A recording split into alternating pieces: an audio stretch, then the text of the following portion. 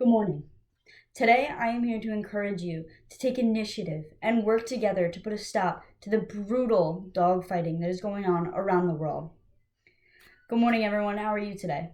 So, show of hands, how many of you have a dog? I have two. How many of you absolutely adore your dogs and would do anything for them? Definitely me. Most of us certainly would do anything we could for our pups. Thinking about anything happening to our dogs or any dog is devastating to think about. Purposely hurting an animal is even more horrible to imagine. Dogfighting is commonly associated with gangs in today's society, but previously it was thought to be a sport.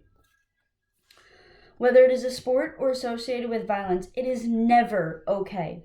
This activity has terrible effects on these dogs.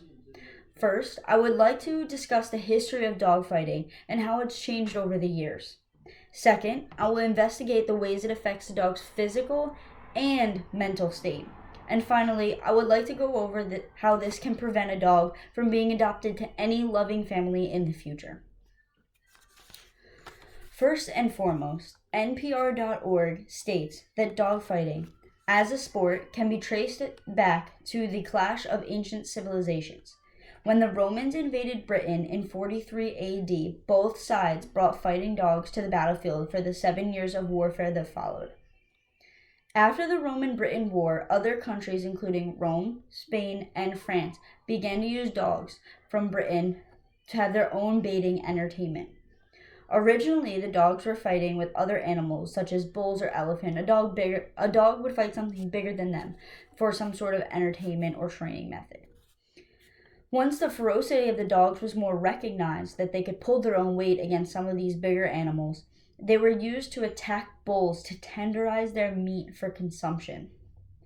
In 1835, the British Parliament outlawed all baiting activities, says NPR.org. Once this law was made, dogfighting was introduced as an alternative. This means dog versus dog. In the early 1800s, dogfighting was brought to the U.S. as a popular spectator and betting sport. By the 1860s, most states had outlawed dogfighting, but not all of them had. Most commonly, the pit bull terrier was used in dogfighting, and that's why it has such a bad name today. In some areas of the world, such as Afghanistan, champion dogs are a source of income for their owners. Humaneness does not play a huge role when money is involved. Other countries have outlawed the sport, but in some cases, it is done in secret still today. Second, the physical and mental deficits to these animals almost completely sums up why dogfighting should be illegal everywhere. The physical injuries to dogs are often debilitating and can be fatal. According to the Humane Society, typical dogfighting injuries include severe bruising, deep puncture wounds, and broken bones. If the dogs survive their injuries, they often die later from blood loss, shock, or exhaustion. Dogs that refuse to fight are used as training methods for the other dogs. They're put in the ring and just completely brutally fought until they cannot stand up for themselves anymore. Dogfighting affects not only their physical health, but also the mental health as they grow up. The ASPCA states that they are usually unsocialized to other dogs and to most people. These dogs have a form of antisocial disorder and aggressiveness towards any other dogs or humans that's not their trainer. Dog owners will often give their animals anabolic steroids or other illegal drugs to enhance their muscle or mask injury during a fight. Among fighting injuries, some dogs sustain harm from their owners directly. Many owners will crop the dog's ears themselves without taking them to a veterinarian so that they can hide the dog's emotions and nobody can read the dog's mood in the ring.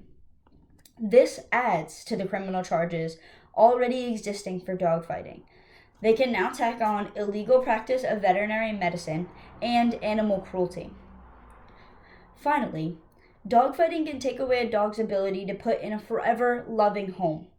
If a dog suffers from fatal injuries, they will never be able to feel what it is like to be loved by a family who really wants them.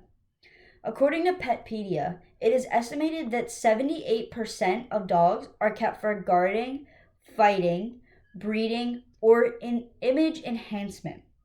This quote shows that people are using these animals for all of the wrong reasons.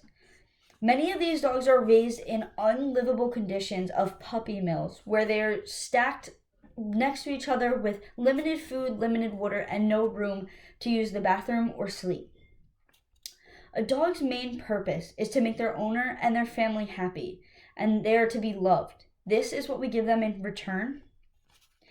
In conclusion, we as a community need to take a stand and put a stop to the illegal dogfighting that continues to occur around the world. Now that you have learned how terrible this so-called sport is to the defenseless, loving animals we all know and share our homes with, be sure to pass it on to a friend or family member. Dogfighting dates back to the Roman-Britain War, when the dogs were originally used to help in battle. After the war, it turned into just a sport for entertainment and betting. Dogfighting can result in severe, debilitating, or fatal injuries for the dogs. Lastly, when dogs are taught to be so aggressive in these inhumane puppy mills, they will never be wanted by a loving home. They will think it is okay to be aggressive towards people and other dogs, and nobody would want that in their family. So, I leave you with this. Dogs Bite comments that while these animals may seem friendly, all too often they are ticking time bombs. This is not how we want people to describe animals that just live to please their humans. I challenge you to stand up and take action in your community to save these dogs. Thank you.